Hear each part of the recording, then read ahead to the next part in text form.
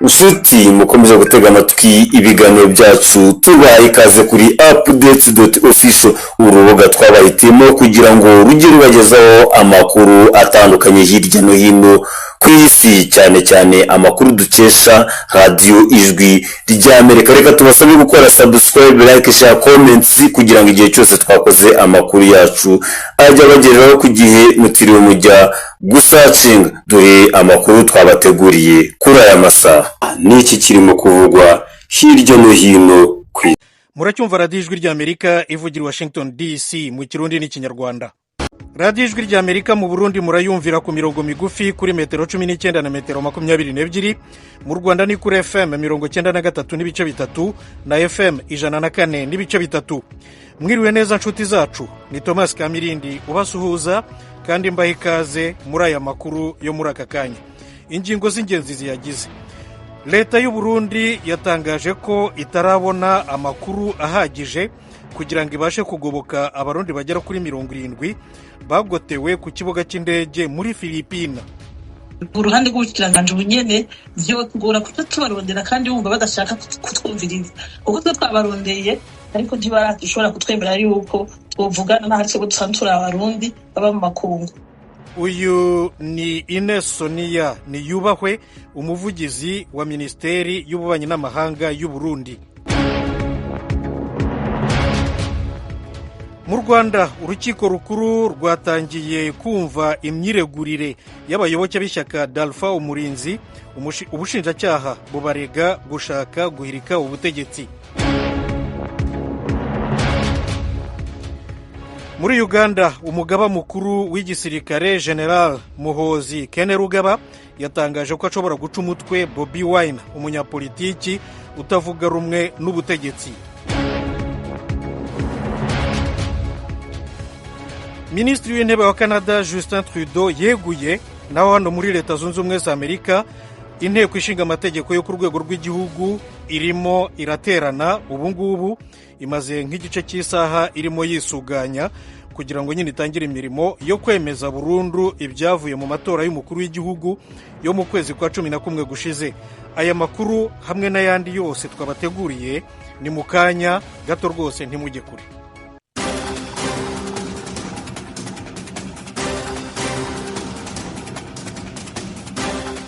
Hano muri Leta Zunze Ubumwe za Amerika inteko ishinga amategeko yo ku rwego rw'igihugu Congress imaze akanya iteranye hano i Washington DC, umurwa mukuru, kugira ngo yemeze burundu ko umurepublikani Donald Trump yatsinze amatora y'umukuru w'igihugu yo mu kwa 11 gushize. Imirimo iyobowe na Kamala Harris, vice president wa Republika, nk'uko itegeko nshinga ribiteganya.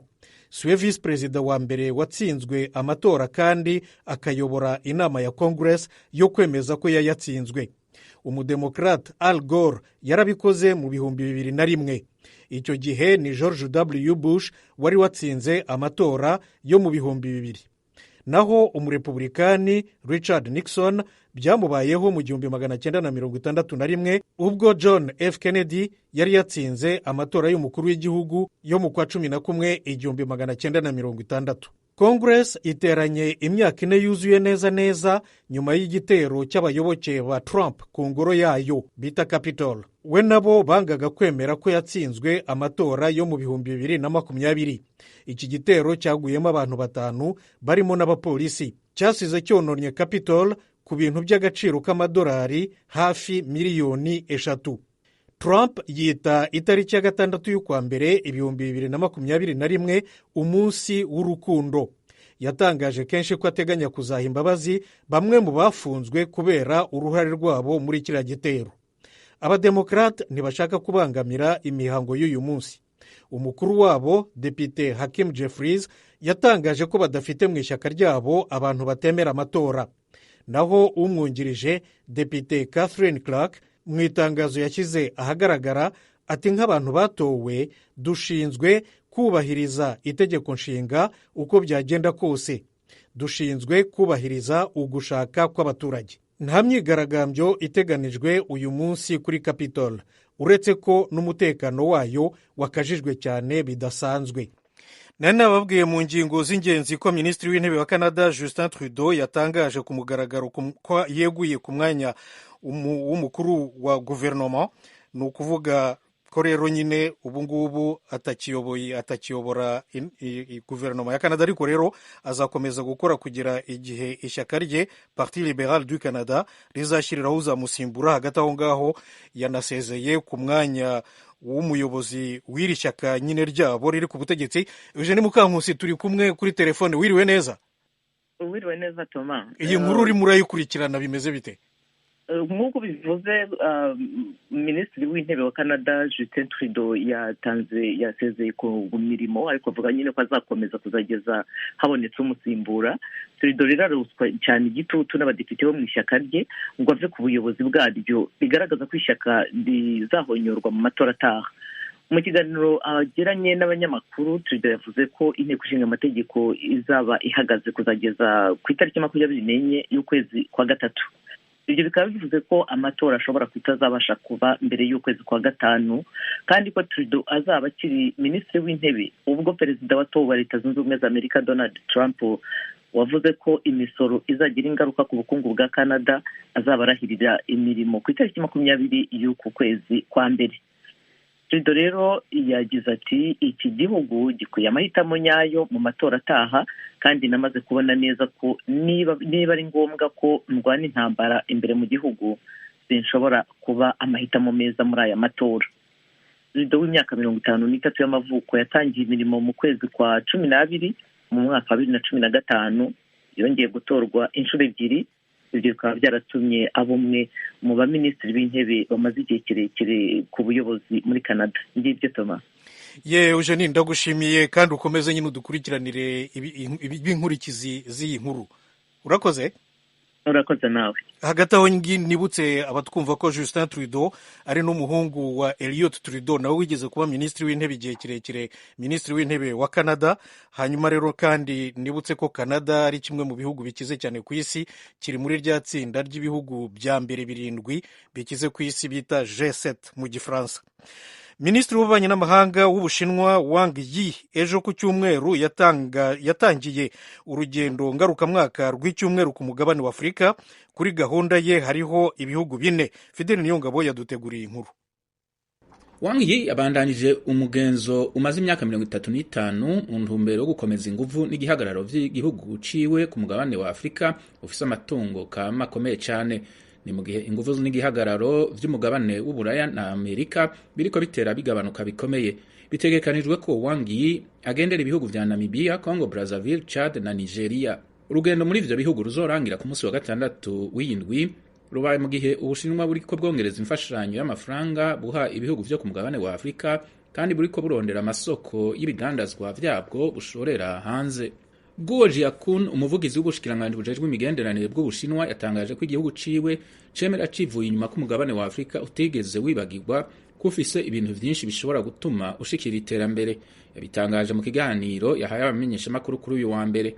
Mu gihe urugendo rwa perezida wa Leta Zunze Ubumwe za Amerika Joe Biden muri Angola mu kwezi kwa11 mu mwaka urangiye w'2024 ariko rwonyene yakoze muri Afurika munsi y'ubugarabwa bwa Sahara ari mu mabanga yiwe ya perezida, Ubushinwa bwashize Afurika imbere ya vyose ku bijanye n'imigenderanire yabwo n'amakungu. Radio Ijwi ry'Amerika mu Kirundi n'Ikinyarwanda. Dukomereze amakuru muri Mozambique, aho umunyapolitiki Venancio Mondlane utavuga rumwe n'ubutegetsi kandi wanze no kwemera ko yatsinzwe mu matora y'umukuru w'igihugu yo mu kwa 10 gushize, yatangaje ko kuwa 4 azava mu buhungiro arimo muri Afurika y'Epfo asubire rero i Maputo. Fidel Niyongabo komeza. Venancio Mondlane yasavye ko haba imyiyerekano mu kiringo c'indwi zitari nke ari mu buhungiro. Yavuze ko azotahuka mu gihugu ciwe kuri uyu wa 4 w'indwi. Tangaje ko azoshika imbere yuko perezida mushasha Daniel Chapo arahira mu mabanga y'umukuru w'igihugu. Tegekanijwe ko Daniel Chapo wo mu mugambi uri ku butegetsi muri Mozambique Frelimo arahira ku munsi wa 3 w'indwiza. Sentare rero kubariza ibwirizwa shingiro yemeje intsinzi yiwe mu matora y'umukuru w'igihugu. Venancio Mondlane yarangije mu kibanza ca kabiri mu matora y'umukuru w'igihugu yabaye mu kwezi kwa 10 mu mwaka urangiye. Yari yamirije ivyayavuyemwo, ivyatumye haba imyiyerekano yahitanye abantu batari bake kuva mu kwezi kwa 10 mu mwaka urangiye. Mondlane yavuye muri Mozambique muri uko kwezi nyene avuga ko ubuzima bwiwe bugeramiwe. hari inyuma y'uko babiri mu bafasha biwe bishwe barashwe. Mu butumwa yashikirije ku rubuga Facebook ku munsi w'Imana urangiye, yavuze ko azoba ari Maputo kandi ko abategetsi ba Mozambique batazosubira kumutuza mu gihugu. Perezida w'Ubufaransa Emmanuel Macron yatangaje ko ahora ategereje ko leta zo mu karere ka Sahel zishimira igihugu cye ko cyazifashije kutigarurirwa n'imitwe y'iterabwoba cyangwa se imitwe y'intagondwa za Kisilamu. Fidele Niyongabo nanone. Perezida w'Ubufaransa Emmanuel Macron yateye ivyatsi abavuga ko igihugu ciwe categetswe kuva ku nguvu mu karere ka Sahel. Mu ijambo yashikirije abambasaderi b'Ubufaransa mu makungu mu ikoraniro rya Mariba uko umwaka utashe kuri politiki yo mu mahanga y'Ubufaransa muri uyu mwaka wa 2025, Macron yatangaje ko Ubufaransa bwagize neza mu kurwanya abagwanyi b'Abayisilamu mu mwaka wa 2013 mu bihugu vyo mu karere ka Sahel. Perezida Macron yatangaje ko ivyo bihugu vyibagiye kubashimira ko yamara yibaza ko hazogera igihe bikikebuka. Macron yatangaje ko atana kimwe mu bihugu vyo mu karere ka Sahel vyobaye vyigenga muri iki gihe iyo Ubufaransa butarungika abasirikare babwo muri ako karere. Inteko z'Ubufaransa mu myaka ya vuba zaravuye mu bihugu vya Mali, Niger na Burkina Faso inyuma y'uko habayemwo kudeta z'igisirikare. Abasirikare b'Ubufaransa bariko baritegurira kandi kuva mu bihugu vya Chad, Senegal na Cote d'Ivoire. radiyo ijwi ry'Amerika mu Kirundi n'Ikinyarwanda. Aya makuru ndetse n'ibindi biganiro byose bya radiyo yanyu mushobora kubisanga igihe icyo ari cyo cyose kuri wa/akadomo radiyo yacu voa.com no kuri YouTube na Facebook radiyo yacu voa, ndetse no ku zindi mbuga zacu zose uko zingana. Ibiganiro biba biriho n'amakuru. Aya makuru tuyakomereze i Kigali mu Rwanda, aho urukiko rukuru rwatangiye kumva imyiregurire y'abayoboke b'ishyaka d'Alpha Umurinzi ry'umunyapolitiki utavuga rumwe n'ubutegetsi Victoire Ingabire. Ubushinjacyaha bubarega gushaka guhirika ubutegetsi, ariko nk'uko umunyamakuru Eric Bagiruwubusa yabikurikiranye mu rukiko uyu munsi, mu kwiregura kwabo bo barabihakana. Eric, komeza. Alphonse Mutabazi, umwe muri babiri bireguye kuri uyu wa mbere, yasabye ubushinjacyaha kubanza kumugaragariza hagati y'amahugurwa baregwa ko bakoze no gushyiraho umutwe w'abagizi ba nabi bagamije guhirika ubutegetsi cyabanjirije kindi. Ubushinjacyaha bwasobanuye ko budategetswe kugaragaza abagize umutwe w'abagizi ba nabi igihe watangiriye n'abari bawuyoboye. Bwabwiye urukiko ko bugarukira ku gusobanura ibikorwa bigize ibyaha n'amategeko abihana. Mutabazi yabwiye urukiko ko ibyaha aregwa atabyemera kandi ko naho ahurira nabyo. Yumvikanisha ko atigeze yitabira ayo mahugurwa aregwa, ahubwo akibaza icyo ubushinjacyaha bumuregera. Urukiko rukuru rwamwibukije ko aregwa kuyakangurira abandi bagenzi be bareganwa. Uregwa yavuze ko Sylvain Sibomana yamuhamagaye kuri telefone amubwira iby'ayo mahugurwa yagombaga kuba mu buryo bw'ikoranabuhanga, ariko ntiyabasha kuyitabira kuko telefone ye yari ifite ikibazo. Yemeje ko yabwiye Claudine Uwimana bareganwa iby'ayo mahugurwa nk'umuntu biganye banaturanye ku Gisenyi, akanamusaba kuyitabira. Mutabazi ntiyumvisha uburyo ayo mahugurwa ubushinjacyaha buyahuza n'umunsi witiriwe umunyapolitiki Madame Victoire Ingabire Umuhoza utavuga rumwe n'ubutegetsi buriho mu Rwanda. Uwo wizihizwa tariki ya 14 z'ukwezi kwa 10 buri mwaka. Abawizihiza bibuka igihe Ingabire yafatiwe agafungwa akigera ku butaka bw'u Rwanda ubwo yashakaga kwiyamamariza gutegeka mu matora ya 2010. Mutabazi yibaza niba ayo mahugurwa baregwa yo gushaka guhirika ubutegetsi ataza kubaho byari buhagarikiye Ingabire de yari ifite insanganyamatsiko igira iti umunyarwanda niyubahwe. Yibukije ko kuva Ingabire yafunguwe umunsi utasibye kubaho, akibaza impamvu bagombaga kuyizihiza mu 2021 byabaviriyemo gufungwa. Mu magambo ye amwenyura ari nako acishamo agaseka, umucamanza ukuriye inteko iburanisha yabwiye Mutabazi ati wasanga umunsi wa 40 utari wakageze, bijya gusa n'imvugo yo mu gitabo cya Bibiliya yigira iti iminsi y'igisambo ni 40. Imvugo z'umucamanza zazamuye amarangamutima ku bakurikiranaga urubanza, bamwe muri bo ibitwenge birabegura basekera mu majwi yo hasi. Mutabazi akavuga ko adashobora kuryozwa ibyavugiwe muri ayo mahugurwa kuko atayitabiriye. Avuga ko niyaza kuba byari inyungu zitari bumugereho. Mutabazi yatinze cyane kuri Ingabire Day, avuga ko ataterwa ipfunwe no kwambara umupira wanditseho amagambo asaba ko umunyarwanda yubahwa. Avuga ko ibyo ubwabyo n'uwabikora bitagize icyaha, na cyane ko politiki y'u Rwanda yemera urunyurane rw'ibitekerezo. Ashize amanga imbere y'umucamanza, Mutabazi yagize ati uwo munsi wa Ingabire Day uzakomeza ibihe byose igihe cyose inkiko zitarategeka kuhagarara. Mutabazi anaregwa ko yohereje ifoto ye iherekeje yaherekejwe n'insanganyamatsiko kuri Ingabire Day akoresheje telefone ye. Undi wireguye ni Claudine Uwimana avuga ko yitabiriye umunsi umwe w'amahugurwa ntiyasubirayo kubera ko telefone ye yari yagize ikibazo. Avuga ko ubushinjacyaha bumurega kwitabira amahugurwa agamije guhirika ubutegetsi bw'igitugu bwa FPR mu Rwanda, nyamara we akemeza ko igitabo bahuguweho kivuga guhirika ubutegetsi muri rusange. Umunyamategeko Gatera Gashabana wunganira itsinda rigari mu baregwa avuga ko ikimenyetso cy'amajwi gifatwa nk'izingiro ry'ikirego cyose gikwiye guteshwa agaciro. Avuga ko ayo majwi yafashwe mu buryo bunyuranije n'amategeko. Ni amajwi yafashwe n'uwitwa Boniface Nzabandora, nawe wemezaga ko yari umuyoboke w'ishyaka Darufa Umurinzi, arangije ayashyikiriza urwego rw'ubugenzacyaha. Nzabandora ni n'umutangabuhamya muri uru rubanza. Gashabana akavuga ko gufata amajwi nk'ayo bisabirwa uburenganzira. Yavuze ko kuba abantu bahuje imyemerere bitagira icyaha. Yavuze ko nawe abishatse yashyiraho Gatera Day, umunsi wajya wizihizwa ku itariki Gatera Gashabana yavukiyeho. Yemeza ko kuba abo yunganira bakwizihiza Ingabire Day ari uburenganzira bwabo. Ku magambo baregwa ko bavugaga ko barambiwe gushimutwa imisoro n'ibindi, umunyamategeko Gatera Gashabana avuga ko kuba umuntu yakwitotombera bitamushimishije bitagize icyaha mu rwego rw'amategeko. Akibutsa ko iyo hagize umunyamategeko ubona hari ingingo z'amategeko zifutamye bitamubuza gutanga ikirego mu rukiko rw'ikirenga rukabisuzuma kandi ntibimuviremo gufungwa. Yavuze ko abo yunganira nta mutwe w'abagizi ba nabi bashyizeho kandi ko nta n'umugambi wo guhirika ubutegetsi bigeze bagira. Ubushinjacyaha bushinja abaregwa bose guhugurwa ku gitabo Blueprint for Revolution cy'umunyaserbia Sirja Popovic gisobanura uburyo bwo guhirika ubutegetsi bw'igitugu hatitabajwe imbaraga z'imbunda. Bokavuga ko umunyapolitiki Ingabire Victoire Umuhoza ariwe wahuzaga ibikorwa byose. Ingingo ahakana yivuye inyuma. Iburanisha rirakomeza kuri uyu wa kabiri. Bagira ubusa Ijwi ry'Amerika i Kigali. radiyo Ijwi ry'Amerika, amakuru tuyakomereze mu Burundi, aho guverinoma ivuga ko idafite aho yahera kugira ngo ifashe abarundi bagera kuri 70 bafungiye ku kibuga cy'indege mpuzamahanga cy'Imaniya, umurwa mukuru w'igihugu cya Philippines. Mu kiganiro yagiranye na mugenzi wacu Diane Nininahazwe, Ines Sonia Niyubahwe, umuvugizi wa Minisiteri y'Ububanyi n'Amahanga y'u Burundi, asobanura ko leta itarabona aho ihera ibafasha. Ku ruhande rw'ubukiranganji bujejwe imigenderanire y'Uburundi n'andi makungu, iyo nkuru nayo twari tuzi, uretse ko twayibonye iradiyo Ijwi ry'Amerika ryayishize ahabona, ntayo twari tuzi kuko igihugu ca Philippines ndetse nabo bavuga ko ari abarundi bari mu gihugu ca Philippines bafise ibibazo ntibigeze bitura leta y'u Burundi kugira ngo bashobore kubatunganiriza.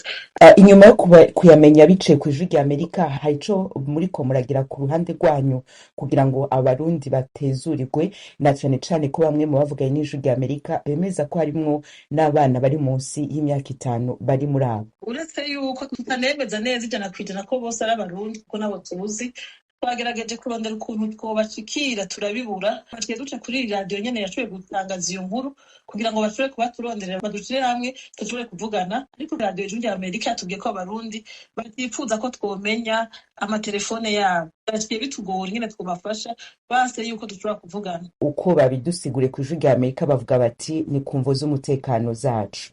Hari intambwe muriko muragira kugira ngo muce muri iyo aeroport, muce ku bategetsi ba Philippines, ico kibazo kibe hagati y'ibihugu bibiri, hako kiba hagati y'abo banyagihugu n'ubushikirangaje. Mu bisanzwe nimba ari abarundi koko bari ku butaka bw'igihugu cya Philippines, leta y'ico gihugu nayo nyene irafise gushobora kurondera leta y'igihugu cy'u Burundi bakurikira nimba koko ari abarundi, hanyuma igaheza ikabwira leta y'u Burundi ikabimenyesha biciye mu nzira zisanzwe zemewe n'amategeko ya diplomasi. Ariko kuri ubu naho ntavugira leta y'igihugu cya Philippines, hari naho usanga bagitohoza kugira ngo bamenye koko abo bantu abaribo. Harya Uburundi na Philippines vyegeranye gute mu vy'imigenderanire? Hari ambasade Uburundi bufiseyo? Imigenderanire y'igihugu cy'u Burundi na Philippines isanzwe ari myiza cyane. Nta buserukizi dufise ku cicaro cy'igihugu cya Philippines, mugabo Philippines irafise ubuserukizi usanga bashobora kwitura. Naho vyoba vyagoranye ataburi hafi ngo bice muri cooperation bilaterale hagati y'igihugu n'ikindi, barashobora kwitura ubuserukizi bw'igihugu busanzwe buri muri mw'ishyirahamwe mpuzamakungu ONU. Ubuserukizi bwa Philippines bukitura ubuserukizi bw'u Burundi bugaheza bugashikana ubutumwa aho i Bujumbura. ko bariyo vyo bariyo kuko baravugishije ijwi rya Amerika bakavuga mu Kirundi turumva ko ari abarundi. Ikigiye gukurikira n'icahe kuri bo kuko uko biri kose n'abarundi baguma babazwa Uburundi. Erega harya burya abantu bose bavuga Ikirundi s'abarundi n'ababanyi bacu bose iburyo n'ibubamfu kuko dusanzwe tubana usanga bavuga Ikirundi n'ibisanzwe. Sinovuga ngo tuce tubakurayo ku nguvu kuva isi kibaho kuva abantu bakibaho ubwambukira bwamyeho hagati y'ibihugu. Nuko rero naco tugiye guhindura ku vyerekeye ubwambukira. Gusa ico leta y'Uburundi igubandanya ikora ni kuganira n'ibindi bihugu bigenze vyifuza ko abarundi boja gukorerayo kugira ngo dushobore gutera umukono ku masezerano atuma abarundi baja gukorera muri ivyo bihugu bakingiwe n'amategeko, agateka kabo kubahirijwe, atawushobora kubakomakoma n'ibindi. Ico nobabwira coco hariyo abagenda bagiye gusaba ubuhungiro ntawe ubimenya. Nk'abo rero iyo nk'umurundi amaze kugenda hanze agiye gusaba ubuhungiro asigara ari mu minwe y'ishirahamwe mpuzamakungu ONU rijejwe impunzi HCR, ndetse asigara agengwa n'amategeko y'igihugu agiye gusaba ubuhungiro. Ku ruhande rw'ubushikiranganji bunyene vyotugora kuko tubarondera kandi bumva badashaka kutwumviriza kuko twe twabarondeye ariko ntibaradushobora kutwemera yuko twovugana n'ahatse ko dusanzwe turi abarundi baba mu makungu. Ibishikiye aba barundi bari muri Philippines vyari bwashike hari vyigeze gushikira abandi barundi bibagendekera gutyo muri kahise mwibuka ga Madame Sonia? Muri kahise ka hafi aho ntereza amaso ivyo bintu ntibyari bwashike navyo twibuka twebwe ku ruhande rwacu. Mugabo igihe cyose twagiye tumenya umurundi agize ibibazo ubushikiranganji bwaca butuma intumwa yihuta ivuye mu gibuserukizi kugira ngo bacure kuja kuraba abo barundi abaribo n'ikibazo bafise. Mugabo ivyo bikaba iyo abarundi batabaje bitura leta ibagenga. Hari abasanga banagiye badafise impapuro zibagenga, inzira, badafise impusha zo kuba muri ico gihugu, badafise impusha zo gukorera mu gihugu bariko baratabarizamwo. Nubwo baba bagiye barenganya ayo mategeko yose bishitse bakitura leta kuko leta ari mvyeyi. Leta yacirungika umuserukizi kugira ngo aje kuraba ivyo ari vyo, maze tugaza tukavugana n'igihugu barimwo tukabafasha, ari abo batahana bagataha, abakoze icaha tukavugana ingene bohanwa hama bakazorekurwa n'ibindi. Leta igihe cyose ibintu bibazo iraheza ikatera intambwe ikarondera umwana w'umurundi aha. Ku ruhande rumwe muti ntibashaka ko tubavugisha, ku rundi ruhande bati turatabaza. Akamo mubaha n'akahe? Nibashimike bavuge nimba batabaza leta nibemere tubavugishe, hama leta irabe ingene yobafasha ibitwishije mu bukiranganji bujeje imigenderanire y'Uburundi n'amakungu. Nimba batabaza naho ishirahamwe mpuzamakungu riraba impunzi, urumva nkaho sinoheza ngo ndarivugire sindi umuvugizi waryo. radiyo ijwi ry'Amerika mu Kirundi n'Ikinyarwanda yari Ines Sonia Niyubahwe, umuvugizi wa Minisiteri y'Ububanyi n'Amahanga y'u Burundi. Rero ku kibazo cy'abarundi barenga 70 cyangwa bagera kuri 70 bamaze igihe bafungiye ku kibuga cy'indege mpuzamahanga cy'Manille, umurwa mukuru w'igihugu cya Philippines, yaganiraga na mugenzi wacu Diane Nininazwe. Muri Repubulika ya Demokarasi ya Kongo, abashinwa 3 batawe muri yombi muri teritwari ya Walungu, intara ya Kivu y'Epfo. Inzego z'umutekano zabafatanye amabuye ya zahabu menshi n'amadolari 800,000 zivuga ko bari bayafite mu buryo butemewe n'amategeko. Ni inkuru ya Vedaste Ngabo uri Uvira. Amakuru dukesha abashinzwe itangazamakuru muri guverinoma y'intara ya Kivu y'Epfo asobanura ko abafashwe kubera gucukura amabuye y'agaciro mu buryo butemewe n'amategeko bafashwe bari mu modokari ya Toyota Land Cruiser bari kumwe n'umusemuzi, umushoferi ndetse n'abasirikare 2 ba FARDC bari babacungiye umutekano. Amafoto yerekanwa n'ibiro bya guverineri w'intara ya Kivu y'Epfo agaragaza udufungo twinshi tw'amadolari y'inoti 100 zifungiye mu masashe y'umukara ndetse n'utundi turimo amabuye y'agaciro. Mu kiganiro n'itangazamakuru, guverineri Jean-Jacques Purusi uyobora intara ya Kivu y'Epfo yerekanye ko abo bashinwa 3 bari bavuye muri teritwari ya Walungu bashaka kuva muri Kongo. Nous sommes arrivés à Mashango Burale, immédiatement nous avons vu le véhicule roulant à toute allure. Ubwo twageze Mashango Burale twabonye imodokari yiruka cyane, twayitambitse turayifata. Twafashe amabuye ya zahabu lengo 1 2 3 4 5 6 7 8 8 9 10. Twafashe n'ibifunyika by'amadolari 1 2 3 4 5 6 7 8 ubwo nzaba nkiri muri iyi ntara muzanyizere sinzemera ko ibintu nk'ibi bikorwa. Uyu ni umutungo w'intara Kivu y'Epfo. Izi ndege mubona zigenda zigaruka ziba ziri muri mission. kandi amabuye yacu arambuka za serivisi z'ibirebera kuko baziha ruswa. Amwe mu mashyirahamwe za sosiyete sivile asaba ko hagaragazwa ukuri ku buryo abashinwa bacukura amabuye y'agaciro mu buryo butemewe n'amategeko muri iyi ntara. Kasinga Jean Paul ni umuyobozi wa sosiyete sivile muri teritwari ya Walungu.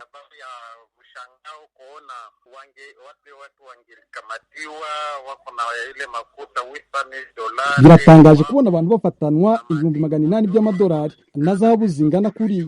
Umuntu yakwibaza uburyo abantu bageze aho bacukura amabuye y'agaciro guverinoma itabizi. Ngira ngo kugira ngo umuturage ave mu Bushinwa agere muri Kongo akwiriye kuba afite impapuro zimwemerera gukora.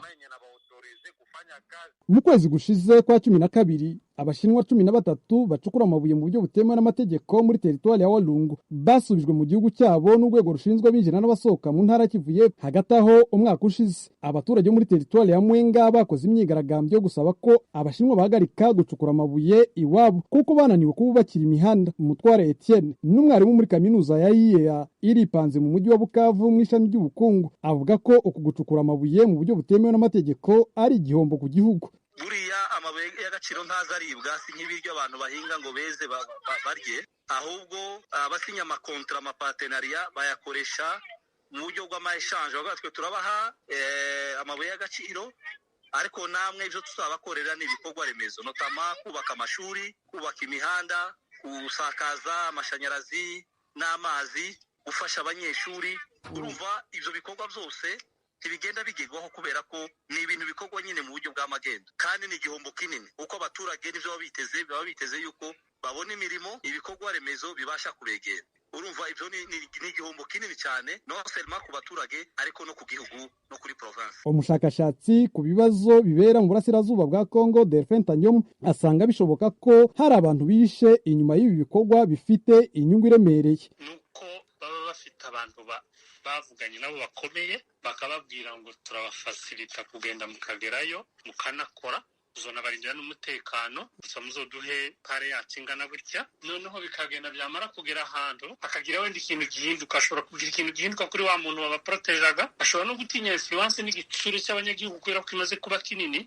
Amakuru yanyuze muri source z'abantu benshi bakaza kurealiza ko abantu bemereye kuza gukora bigiye kuja hanze, bagatangira kubafata. Ni nayo mpamvu ntekereza ko bariya bari bafashwe mbere, niyo mpamvu babalibera byoroshe. Umwaka ushize mu kwezi kwa 7 umuyobozi w'intara Kivu y'Epfo Jean-Jacques Purusi yari yahagaritse ubucukuzi bw'amabuye y'agaciro kugira ngo urwego rujye ku murongo. Kugeza bariko nta cyatangajwe niba ingamba zari zafashwe icyo gihe zarageze ku musaruro wari uteganyijwe. Vedaste Ngabo, Ijwi ry'Amerika, Uvira. radiyo ijwi ry'Amerika. Noneho tujye muri Uganda aho umugaba mukuru w'igisirikare General Muhoozi Kainerugaba, umuhungu wa Perezida Yoweri Museveni, yatangaje ku mbuga nkoranyambaga ko ashaka guca umutwe Bobi Wine, umunyapolitiki utavuga rumwe n'ubutegetsi bwa se. Ibindi kuri iyi nkuru Diane Ninihazwe. abicishije ku rubuga rwe rwa X, General Muhoozi Kainerugaba yanditse ko se wiwe yise umutama yubashwe cane ari we wenyene akingiye Bobi Wine kugira ngo ntamuce umutwe. Amajambo yanditse kwa Mungu kw'indwi iheze akoresheje ururimi rw'icongereza, rimwe na rimwe akaza aracishamwe yandika no mu Kiganda, yise Bobi Wine Kabobi agira ati: Kabobi arazi neza ko umuntu umwe rudende amukingiye ari papa wanje. Iyo bamuze atahari uno munsi nari kumuca umutwe. Robert Kyangulanyi azwi ku izina rya Bobi Wine akaba yaje ubwa kabiri inyuma ya Museveni mu matora yo mu 2021, yaciye yandika ko ubutumwa bwa Muhoozi bw'iterabwoba atabufashe minenerwe. Majambo yiwe yo mu Congereza yagize ati: ubutumwa bw'umuhungu wa Museveni atwara igisirikare ca Uganda bwo kunca umutwe si ubwo kwanjanjwa ko, kuko hari benshi we na se wiwe bamaze kwica, kandi na jewe akatari gake baramaze guhakwa kunyica. Ndateye ivyatsi iterabwoba ry'ubutegetsi burangwa n'ubuhemu. Amakungu arabona ibiriko biraba. Kainerugaba yaciye amwishura ati: niko ndakuvanye mw'itiro, imbere ko ndaguca umutwe banza utwishure amahera twaguhaye. Amafaranga General Kainerugaba avuga muri ubu butumwa yaciye asigura ko ari ay'ubutegetsi bwa Uganda bwaba bwaramuhaye kugira ngo bukumire Kizza Besigye yise warakomeye mu batavuga rumwe n'ubutegetsi bwa se. Yanditse ati cari iciyumviro canje n'abandi ba General, twabwiye papa ko dushobora gukoresha Kabubi mu gutuma Besigye ariko kuba ukomeye mu batavuga rumwe na leta. Tumaze kumuha ibifaranga vyinshi kandi ico twamusavye akagikora, yaciye atwihinduka atangura kutugirira nabi. Umuhungu wa Museveni Muhoozi Kainerugaba yabandanije abwira amajambo menshi mabi Bobi Wine agwiriyemwo ayo kumutera ubwoba, aho yavuga ko akongera kuvuga izina ryiwe canke izina ry'umwe mu bari mu muryango wiwe aza kumubangamira akamuhongora amenyo atitaye kumukingiye. Imenyesha makuru bitandukanye vyanditse kuri no nkuru birimo radiyo ijwi ry'Amerika mu Kirundi n'Ikinyarwanda. Aha niho aya makuru tuyashoreje, muratubabarira ko iyo nkuru itarangiye neza ariko nakagaruka. Maze rero mugire umugoroba mwiza, murakarama.